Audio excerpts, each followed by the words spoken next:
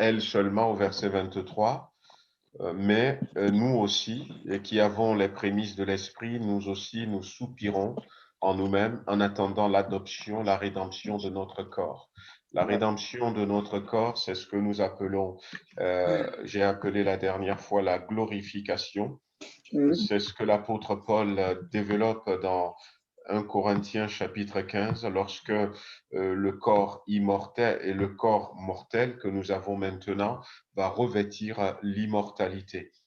C'est lorsque eh bien, nous allons complètement être rachetés, esprit, âme et corps. Donc on en a parlé quelques dimanches en arrière à l'église en parlant de cette série. Donc la sanctification, la justification et la glorification.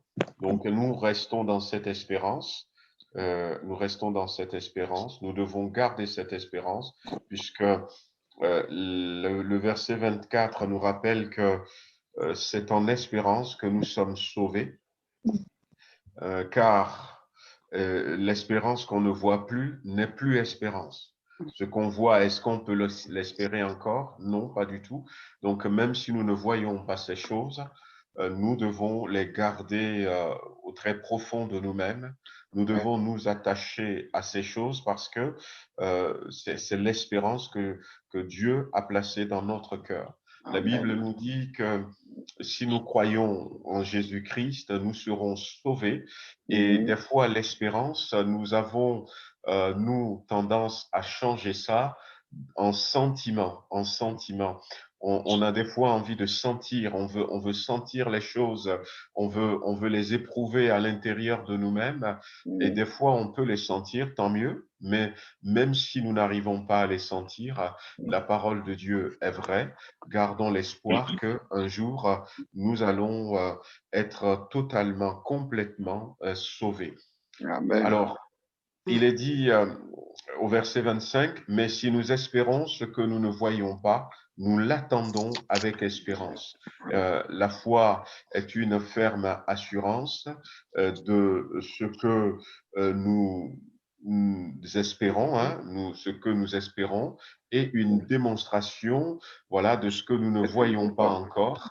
Et l'espérance nous maintient dans la foi. Si nous espérons ce que nous ne voyons pas, nous l'attendons avec persévérance. De même aussi, l'Esprit nous aide dans notre faiblesse, car nous ne savons pas ce qu'il nous convient de demander dans nos prières, mais l'Esprit lui-même intercède par des soupirs inexprimables, et celui qui sonde les cœurs connaît quelle est la pensée de l'Esprit, quelle est la pensée de l'esprit, hein, et voilà, donc montre quand même que c'est selon Dieu que l'esprit intercède en faveur des saints. Nous, c'est pour ça on en avait parlé longuement pendant le premier confinement. Euh, si nous sommes baptisés dans le Saint-Esprit, euh, ne ne mettons pas de côté, ne faisons pas l'économie de la prière en langue. L'apôtre Paul va dire aux Corinthiens, je parle en langue plus que vous tous. Mais il a expliqué en disant que quand il est dans l'église, il préfère dire deux, trois mots, voilà, dans le langage que tout le monde connaît, et, et il préfère dire deux, trois mots en langue et s'arrêter, et puis continuer, voilà, dans le langage que tout le monde connaît. Ce n'est pas dans l'Église qu'il prie plus que tout le monde, hein, tous ceux qui étaient qui se rassemblent, mais je pense en comprenant ce verset que quand il est seul à la maison, dans ses moments de prière, il passe beaucoup, beaucoup de temps à prier en langue. Et là, c'est ce que la Bible nous dit, que l'Esprit lui-même intercède pour nous en priant en langue. Des fois, c'est l'Esprit qui intercède pour nous. Et comme c'est l'Esprit qui sonde nos cœurs, c'est l'Esprit intercède selon Dieu, nous avions dit, je peux rappeler ce témoignage que j'avais partagé qui s'était passé au Togo de cette dame, cette sœur en Christ qui marchait dans la rue il était vers midi, et puis à un moment donné, elle avait traversé elle a vu que, bon, à ce moment-là, passage clouté, il y en a pas, hein, faut vraiment aller chercher. Et puis, donc, elle a vu que la route était libre et elle avait traversé la route. Et quelques secondes après avoir traversé la route, elle a été poussée, elle a senti qu'il faut qu'elle prie en langue. Et puis, elle avait commencé à prier en langue en marchant, à prier en langue, prier en langue, prier en langue. Et à un moment donné, elle avait vu qu'il y avait des militaires qui couraient derrière elle et qui l'interpellaient. Alors les gens s'arrêtaient, tout ça, et à un moment donné, elle s'était retournée et les militaires l'ont arrêtée. Et les militaires l'ont arrêté, mais qu'est-ce qu'il y a? Qu'est-ce que j'ai fait? Eh bien, on avait arrêté toutes les voitures parce que le président de la République allait passer. C'est comme ça, on arrêtait toutes les voitures à l'époque.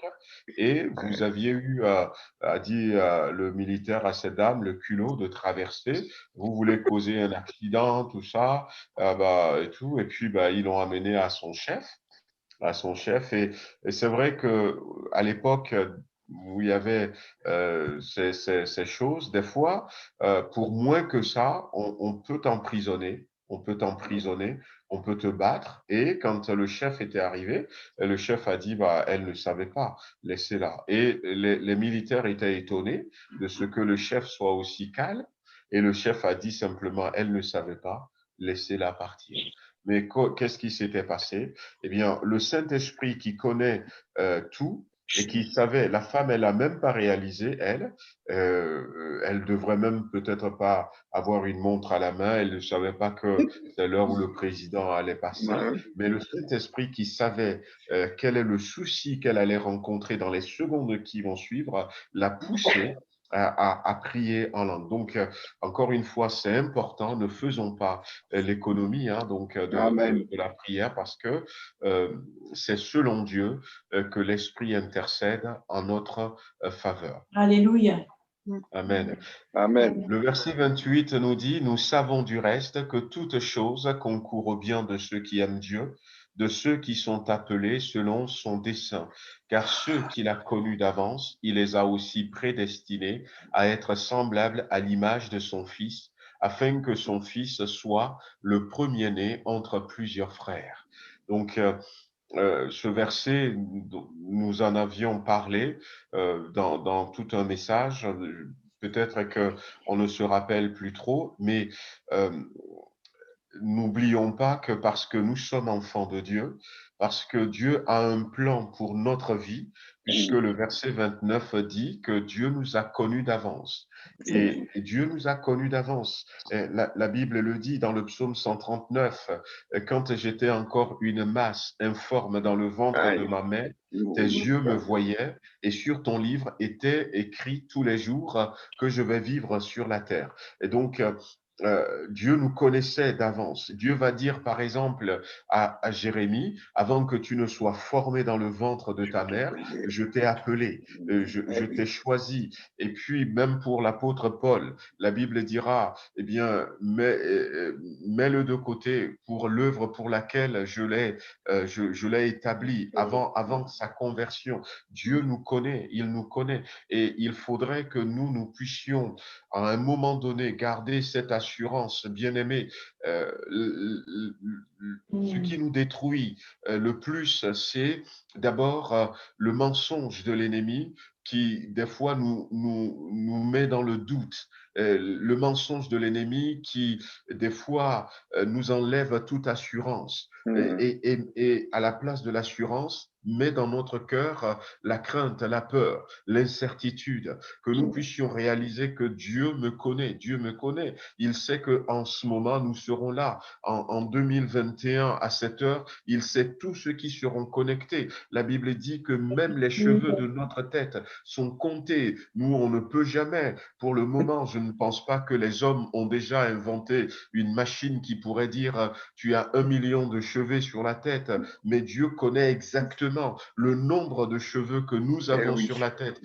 Et aujourd'hui, en se brossant les cheveux ou en se peignant, il sait d'avance combien de cheveux nous allons perdre. Il sait combien vont repousser à la place. Notre Dieu va jusque-là. Et en disant cela, Jésus veut nous faire comprendre que Dieu connaît tous les détails de notre vie. Quand Nathanaël ou encore Barthélemy était arrivé vers Jésus, Jésus lui a dit, voici un juif en qui il n'y a pas de fraude. Et Nathanaël lui dit, mais d'où me connais-tu? Et il va lui dire, avant que Philippe ne vienne t'appeler, quand tu étais sous le figuier, je te voyais. Donc Dieu nous voit, il nous connaît, il nous connaît d'avance, il nous connaît d'avance. Et ce verset 29 est à rattacher au verset 28. Et parce qu'il me connaît, il va faire en sorte que tout ce que je vis et finalement soit à mon bénéfice. Soit à mon bénéfice. Et c'est vrai que on peut peut-être ne pas toujours voir ces choses parce que à un moment donné, on peut céder à la peur. On peut céder à la panique. On peut perdre assurance et permettre à l'ennemi de nous voler notre joie, de nous voler notre paix. Et puis même l'ennemi qui va aller dans notre pensée, prendre possession de notre pensée et va nous pousser à faire des choses qu'on ne devrait pas faire. Euh, et va finalement nous maintenir dans la défaite, alors que ce que Dieu veut, et c'est la suite de ce chapitre 8, c'est que nous soyons des vainqueurs. Donc, si il y a une situation qui arrive, et si moi je déclare, peu importe, ça paraît être une situation négative, mais je proclame que mon Dieu me connaît avant toute chose, et que cette situation, comme Jésus l'a dit simplement à ses disciples, ça va servir à la gloire de Dieu. Vous allez voir que si je le proclame par la foi, la situation va servir à la gloire de Dieu. Il a dit, Lazare, notre ami, est mort. Allons le réveiller. Mais je suis content de ce que je ne l'ai pas guéri quand il était malade. Parce que, eh bien, cette situation va servir à la gloire de Dieu. Et c'est vrai que Jésus aurait pu le guérir. Les sœurs de Lazare ont dit, celui que tu aimes est malade. Et Jésus n'a pas couru. Et puis, quelqu'un pourra dire, mais comment se fait-il que Jésus n'était pas intervenu? Et Jésus va simplement dire, si tu crois, tu verras la gloire de Dieu. Donc, croyons que Dieu peut, il a la capacité, et même si ce n'est pas comme ça au début, il a la capacité de faire en sorte que toute situation concourt au bien de chacun de ses enfants, de ceux qui aiment Dieu, au bien de ceux qui aiment Dieu. Et ce que moi, je vais rechercher, par exemple, dans ce verset, ce n'est même pas, oh, je ne veux pas des preuves, je ne veux pas ceci ou cela, mais ce que je vais rechercher, c'est aide-moi à t'aimer. Et vous allez voir que dans ce chapitre 8 aussi, il est question d'amour. Aide-moi à t'aimer parce que la Bible dit que ça concourt au bien de ceux qui aiment Dieu. Est-ce que je suis appelé de Dieu? Oui, je suis appelé de Dieu. Est-ce que j'aime Dieu? Eh bien, ça, c'est à voir. Si j'aime Dieu, je sais que Dieu est capable de faire en sorte que chaque situation tourne à mon avantage. La Bible dit que quand Dieu approuve les voies d'un homme ou d'une femme, il change favorablement le cœur de ses ennemis pour lui. Donc, Dieu est capable de le faire et il le fera encore. La Bible dit que ceux que Dieu a connus d'avance, il les a prédestinés. Et on en avait parlé aussi, c'est que quand Dieu m'avait vu, quand Dieu m'avait connu, avant même que je ne naisse, et c'est là où, frères et sœurs, vous devez comprendre jusqu'à quel point Dieu, lui, nous aime et comprendre aussi l'importance du salut de Jésus-Christ. Avant même que je ne naisse, avant même que chacun d'entre nous ici nous naisse, Dieu nous a prédestinés. C'est-à-dire que Dieu avait décidé que en venant dans ce monde, en grandissant, nous serons sauvés par Jésus-Christ. Amen. Voilà, il a décidé que nous serons sauvés par Jésus-Christ. Et c'est dommage que ce message ne parvient pas à tout le monde. Et quand ça parvient à certaines personnes, ils ne croient pas ce message et ils ne saisissent pas la main de Jésus-Christ pour être sauvés. Et puis, ce message vient renforcer le fait que je suis sauvé en croyant en Jésus-Christ. Et c'est clair que c'est par la grâce que nous sommes sauvés. Parce que nous n'avons pas encore, nous n'avons pas encore, nous ne sommes pas encore nés quand Dieu a décidé de nous sauver. Et puis après, nous allons naître dans ce monde, nous allons commettre des péchés, nous allons vivre comme des pécheurs. Et malheureusement, certaines personnes vont dire, ben, je suis trop pécheur, Dieu ne peut pas me sauver. Mais il avait décidé de te sauver avant que tu ne pêches. Et ce n'est pas parce que tu as péché moins, c'est pas parce que tu as péché plus qu'il a décidé de te sauver. Non, il a décidé de te sauver parce que il te connaissait avant même que tu sois né. Tu étais beau à ses yeux, c'est ce que la Bible dit. Et c'était un clin d'œil au plan de salut de Dieu. Quand Moïse était né, tous les hommes sont tués, mais la Bible dit que les parents de Moïse ont trouvé que l'enfant était beau et ils ont refusé que cet enfant meure. Et Dieu a vu ta beauté, non pas la couleur de ta peau, non pas, eh bien, peut-être la taille que tu as, non pas les formes physiques que tu as, mais Dieu a vu la beauté de ton âme, Dieu a vu la beauté de ton esprit. Et Dieu a dit, il ne va pas mourir, elle ne va pas mourir, je vais le sauver. Et il a décidé de nous sauver parce que il nous connaissait d'avance et nous étions beaux à ses yeux et il nous voulait dans son royaume de gloire. Donc après, ben, on va vivre une certaine vie, on va peut-être tomber, mais l'apôtre Jean nous dira, si nous tombons, je ne vous dis pas vivez dans le péché, mais si nous tombons, eh bien, ne nous laissons pas dire, ah ben tiens, j'ai commis un péché, c'est fini, la porte du ciel. Non, ce n'est pas en qualité du péché que Dieu a décidé de nous sauver. Il a décidé avant, et ici dans ce verset, il est parlé de avant la fondation du monde. Voyez-vous, avant la fondation du monde, il a connu d'avance, il nous a connus d'avance. D'avance ici, c'est avant la fondation du monde. Donc, revenons, demandons pardon à Dieu pour nos péchés, mais attachons-nous au salut que nous avons en Jésus-Christ. Seigneur, tu m'aimais avant la création du monde. Il y a d'ailleurs un chant qu'on chante souvent à l'église comme ça. On disait, mais tu nous as vus avant la fondation du monde. Tu m'as aimé, tu as décidé de me sauver. Que le péché, Seigneur, ne vienne pas m'empêcher de rentrer dans ce plan. Et vivons pleinement le salut que nous avons en Jésus-Christ. Il nous a prédestinés. Et c'est pour ça qu'il nous a appelés. Il ne nous a pas laissés. À un moment donné, je ne sais pas comment ça s'est passé pour tout le monde, mais à un moment donné, nous avons entendu l'évangile.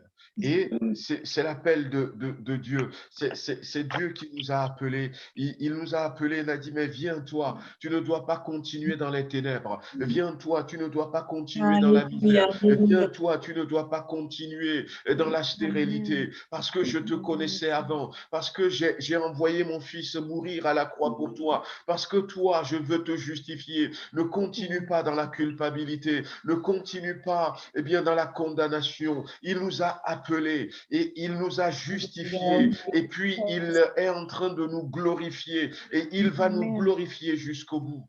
Voyez-vous, c'est ça le plan de Dieu pour la vie de chacun d'entre nous. Alors, ce soir, comprenons ça.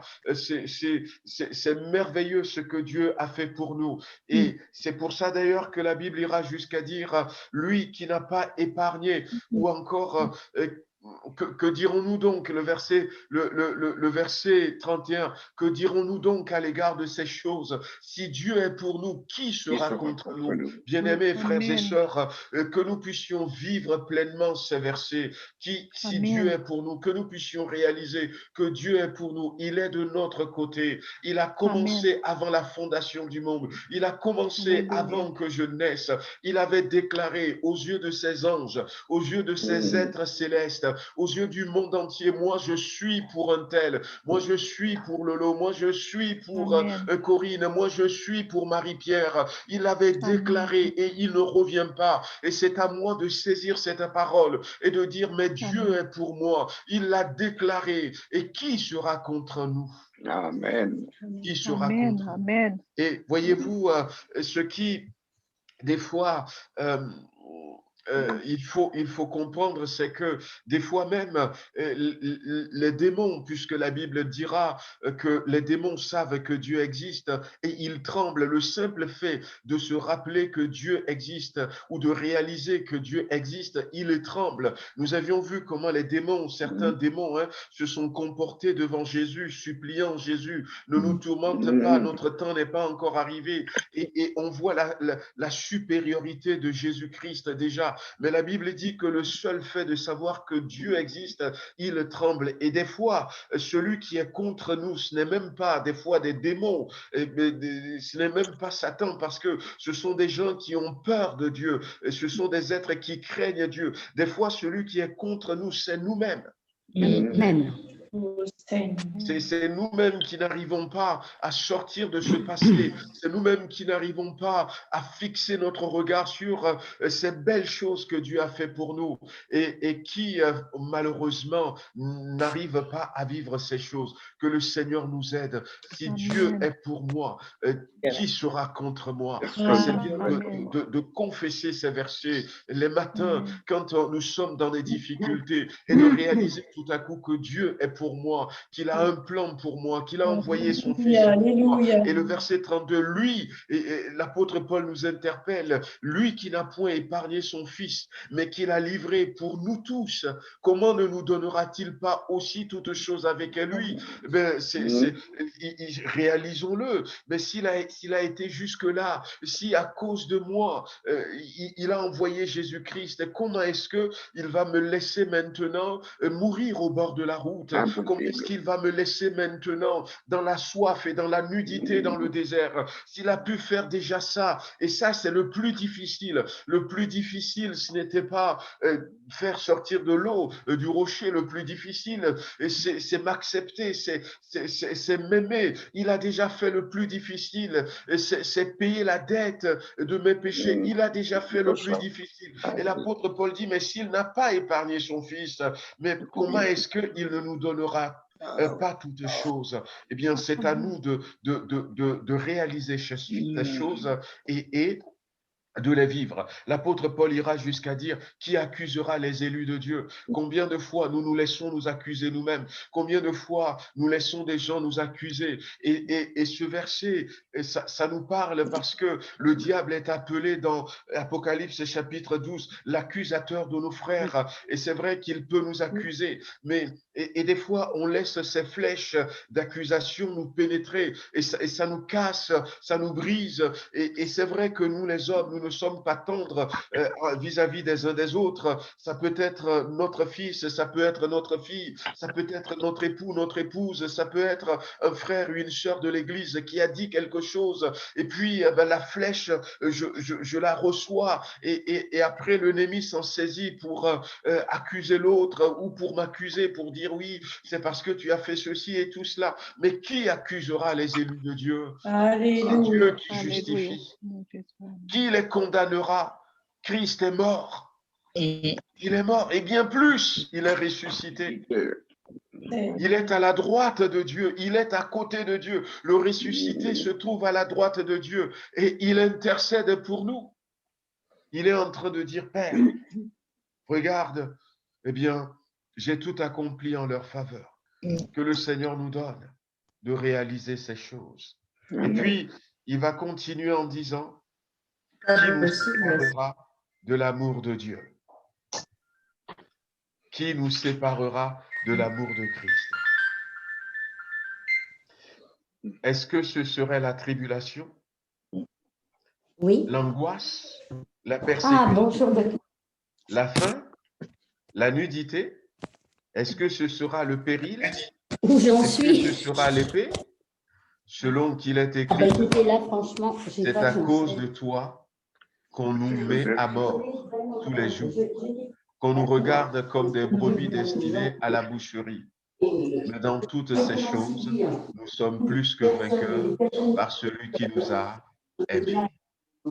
Car j'ai l'assurance que ni la mort, ni la vie, ni les anges, ni les dominations, ni les choses présentes, ni les choses à venir, ni les puissances, ni les hauteurs, ni les profondeurs, ni aucune autre créature ne pourra nous séparer de l'amour de Dieu manifesté en Jésus-Christ, notre Seigneur.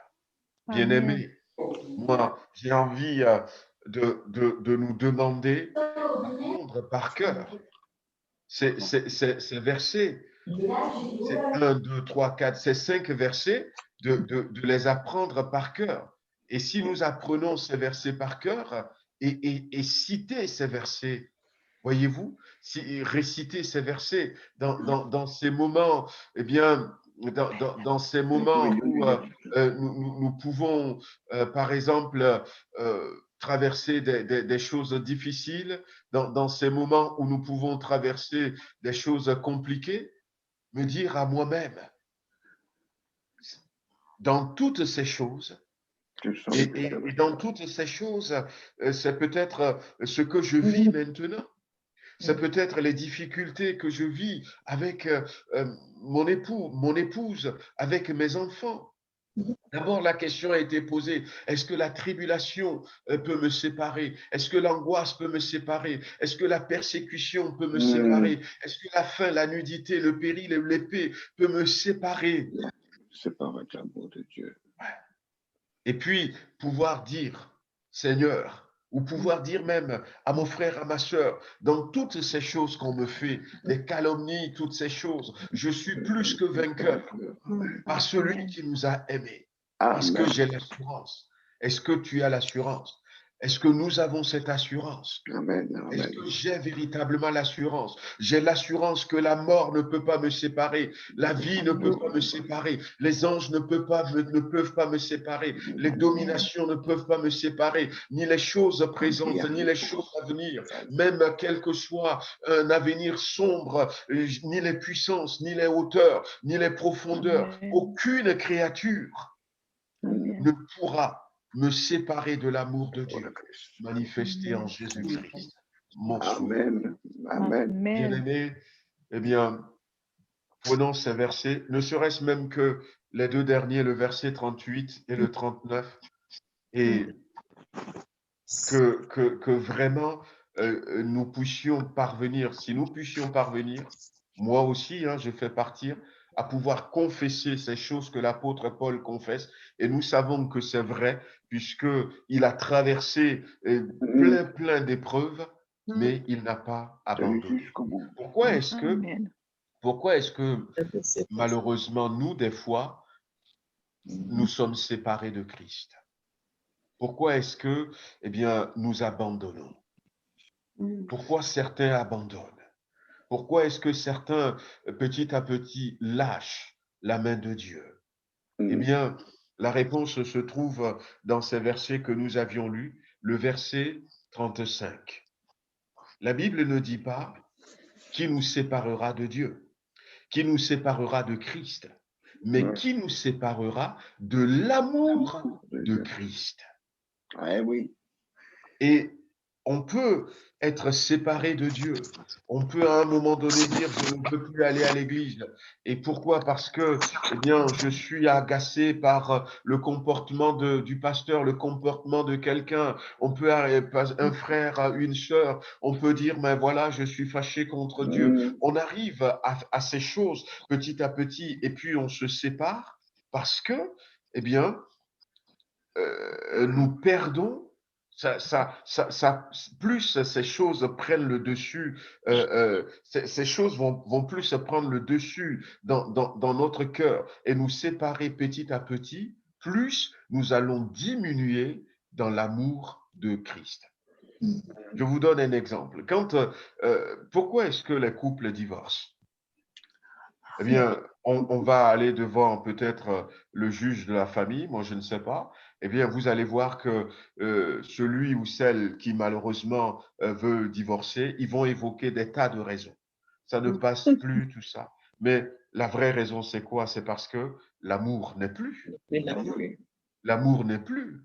Quand on est dans les fiançailles, eh bien, moi, je me rappelle de cette sœur qui disait à son ami, eh bien, tu ne penses pas qu'il mange beaucoup trop, ton copain? Ah, c'est parce qu'il aime tout ce que je lui fais, même les défauts des personnes. Eh bien, on est émerveillés. Je vous avais raconté ce témoignage de cet homme qui dit, attends, chérie, il y a une flaque d'eau, je vais te porter de l'autre côté. Mais pourquoi? Parce que l'amour est là. L'amour est à son summum. Et puis, plus l'amour va diminuer, on va voir les défauts des autres.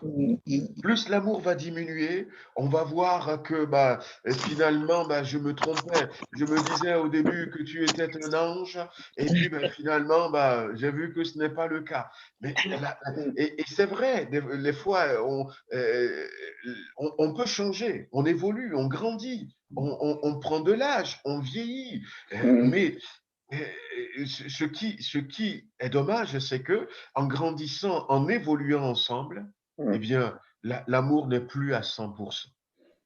Et la Bible dit qui nous séparera de l'amour de Christ. Veillons simplement, bien-aimés, à ce que l'amour soit au top. Dimanche, je vous disais que dans les lettres que Jésus avait envoyées aux églises, la première reproche qu'il va faire à l'église d'Éphèse, c'est que tu as abandonné ton premier amour. Tu as abandonné ton premier amour. Et c'était le début de tout. Après, il va y avoir d'autres reproches. Mais si nous aimons Jésus-Christ et si nous continuons de l'aimer, la Bible dit, écoute Israël, l'Éternel ton Dieu est un. Tu aimeras l'Éternel ton Dieu de tout ton cœur, de toute ton âme et de toute ta force. Et quand, cet homme était venu vers Jésus en lui disant quel est le plus grand des commandements, Jésus va rappeler ça. Si nous prions, nous demandons à Dieu, Seigneur, aide-moi à continuer d'aimer Jésus-Christ et que l'amour que j'ai pour lui, l'amour qui me l'a fait découvrir quand je l'ai vu, il était tellement beau à mes yeux. Quand j'ai réalisé ce qu'il a fait pour moi, cet amour qu'il a manifesté pour moi, avant même que moi je ne le connaisse, il est allé jusque-là pour moi. Mon cœur était rempli d'amour pour mon Dieu. Et puis, mon amoureux par-dessus tout, c'était Jésus-Christ. J'étais prêt, disait une dame, à marcher des kilomètres pour aller à l'église parce que, eh bien, il n'y avait pas de train toutes les heures les dimanches. Et cette dame habitait à Rive-de-Gier. Elle allait à pied à l'église, à la rue Robert à Lyon. Et elle partait le matin, elle revenait le soir, elle chantait des cantiques. Et puis elle me disait, l'hiver, comme l'été, elle allait. Il y avait cette sœur qui était au Puy-en-Velay. Et puis, il y a eu quelque chose qui s'était passé. Et puis, elle a dit, mais je ne veux pas je ne veux pas rester à la maison. Vous voyez-vous, et malheureusement, il peut y arriver des choses comme ça.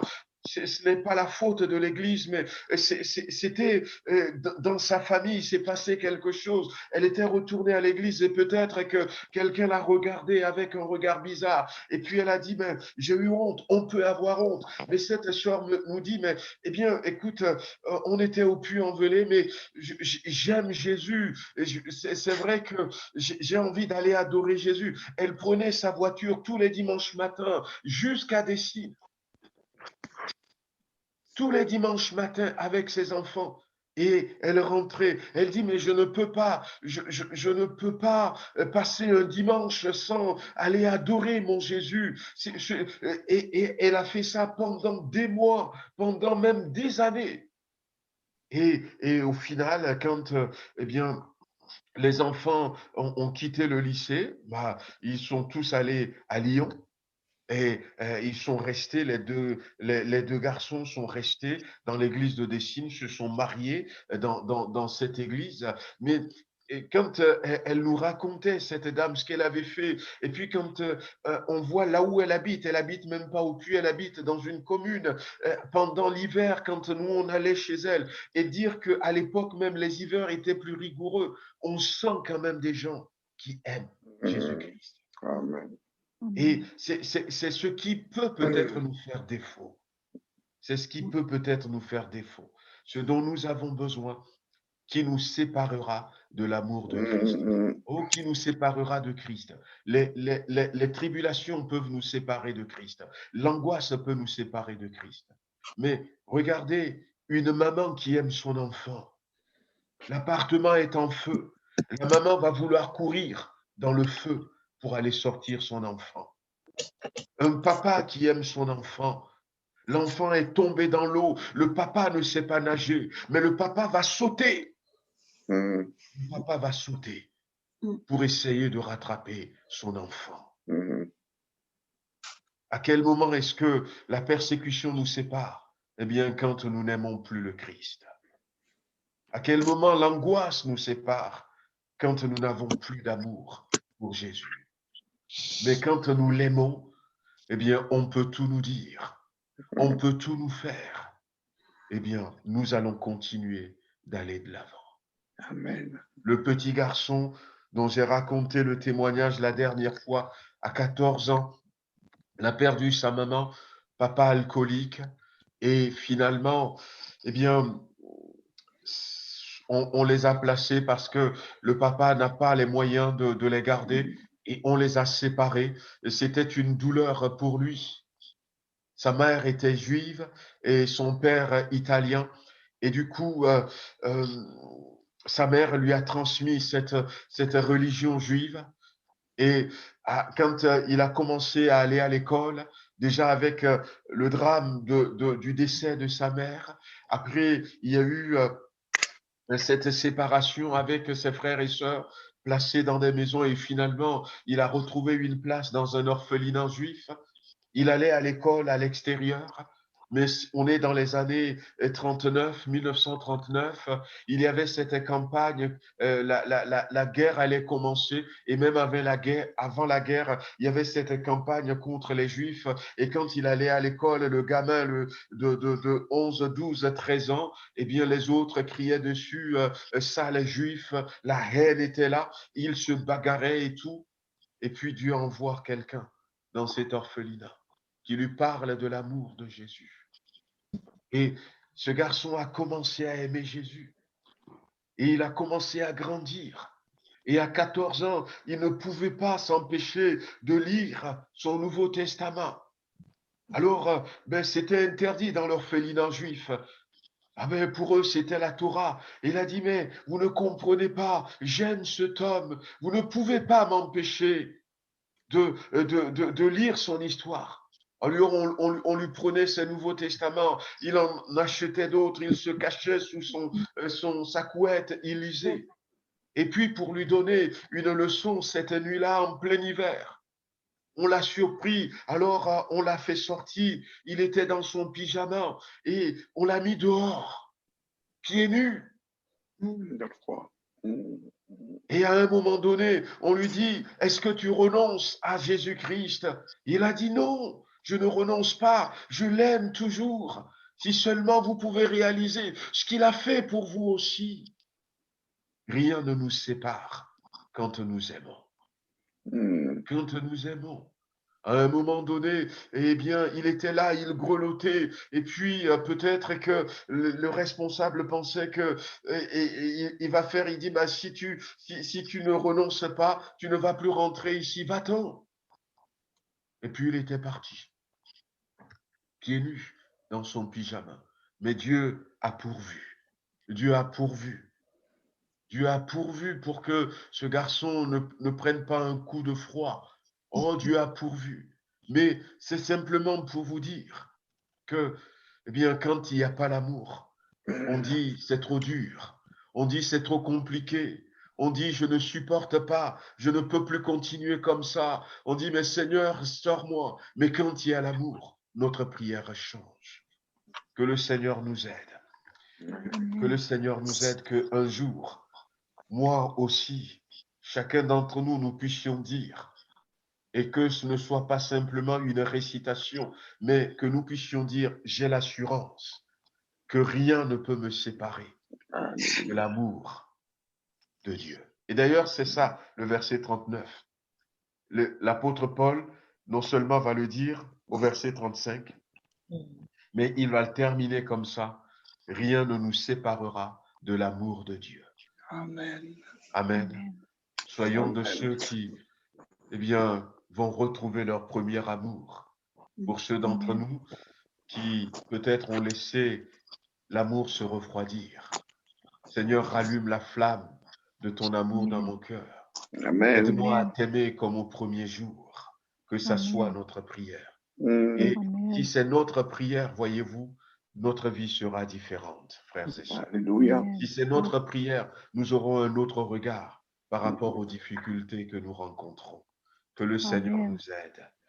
Amen. Amen, Prenez Seigneur. quelques instants.